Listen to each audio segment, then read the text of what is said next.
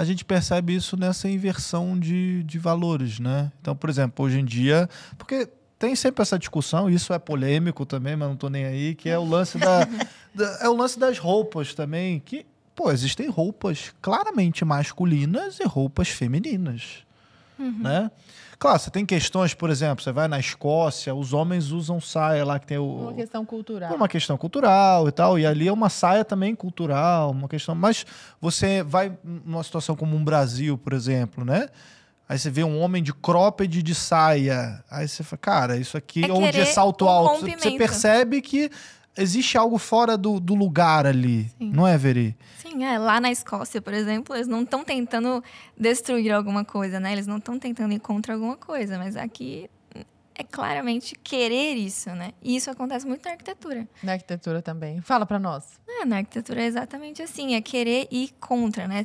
Teve muito, né, da história do movimento revolucionário, modernismo mesmo, querendo justamente isso, né? O movimento futurista, que afetou muito todas as artes, a moda também, a arquitetura, a arte como um todo, ele claramente fala isso, que ele quer o rompimento com a tradição.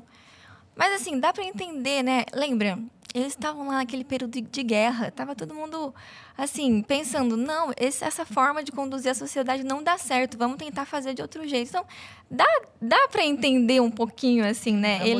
A motivação disso, junto com a velocidade acontecendo, a máquina acontecendo. Então, eles queriam trazer isso, né? Achavam que isso era bom, precisava ter a máquina de morar, né? Então, precisava trazer isso para a arquitetura, essa ideia, né? Então, qual que é a ideia legal para a arquitetura? É o rompimento com a tradição. Para ser eminentemente utilitarista. Exato. Então, não tem mais nada, né? Então, Na prática, como é que a gente vê isso, por exemplo, na arquitetura? O que é esse rompimento, assim? Que a gente consiga perceber, sei lá, tô andando na rua, a gente percebe isso? Claramente. Qualquer condomínio que você for hoje em dia segue as bases de Le Corbusier, que traz exatamente isso, como é que deve ser a arquitetura modernista. Então, precisa ter as janelas em fitas, pilotis, né? Aquelas casas que a gente tem hoje em dia quadrada, sem nada. Parece uma caixa de sapato com luz de LED. Exato, que tem em todo lugar. Todo mundo sabe. Falar isso, todo mundo já sabe qual casa que é. Né? Às vezes tem um L para cá, um L para lá. Aquelas portas desproporcionais, aquelas portas gigantescas. gigantes, exatamente. Vidro demais. Você não vê mais aqueles... Não sei se é arabescos o nome. São aqueles detalhes, né? Nas fachadas. Sim. Você não vê mais colunas, você não vê mais nada disso, entrar, né? Convida. Não tem cara de casa. Exatamente. Então, e aí depois que eu comecei a fazer o Congresso de Arquitetura Perene, que surgiu o Instituto, a gente está vendo uma volta, assim, inclusive com o documentário da Brasil Paralelo. É o Fim da Beleza, tá? O pessoal que não assistiu tá no YouTube, hein? Assiste aí. A gente, então, tá vendo esse movimento das pessoas querendo mais beleza. Só que aí, a gente entra num problema que é a falta de formação. E aí, o que está acontecendo nos condomínios, vocês podem ver? Casas modernas, com molduras, falando que é casa clássica. E aí... Vitrúvio, Palladio vai se revirar no caixão, porque não é isso, né? É um estudo gigantesco de Vitrúvio, vendo a beleza que já existe na natureza e aplicando na arquitetura. Então, aquelas colunas com os capitéis gregos, elas são pensadas na estrutura do homem. Então, tem proporção do homem. Sabe aquele homem vitruviano? Sim, do Da Vinci. Famoso? Veio de Vitrúvio, que foi o primeiro arquiteto.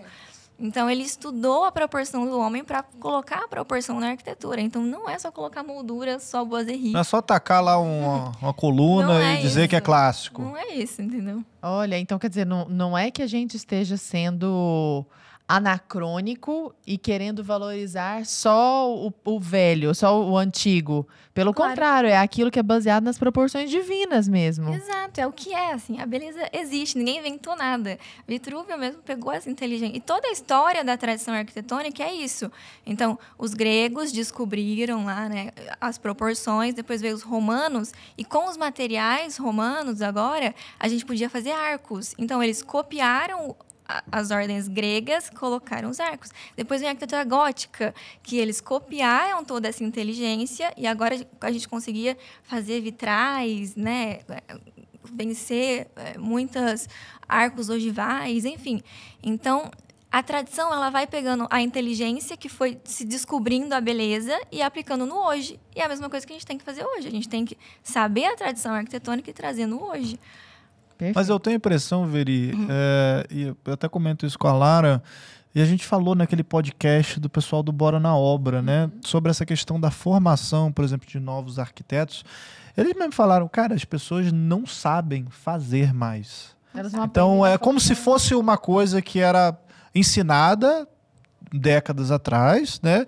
E aí hoje, as novas formações, o arquiteto sai formado, ele só sabe fazer aquele tipo de prédio quadrado, com a linha reta e com a tira de LED, e aí é um L em cima de um outro L, e aí é só isso. Ele vai mudando um pouco na estética, óbvio, do design do prédio, mas no fundo é só isso. Ele não consegue, se ele quiser mesmo fazer um prédio Ele não sabe. num formato clássico, que é muito mais difícil de fazer. Tem que ir lá pro Congresso de Arquitetura. Ele não Perene, sabe fazer. pra aprender.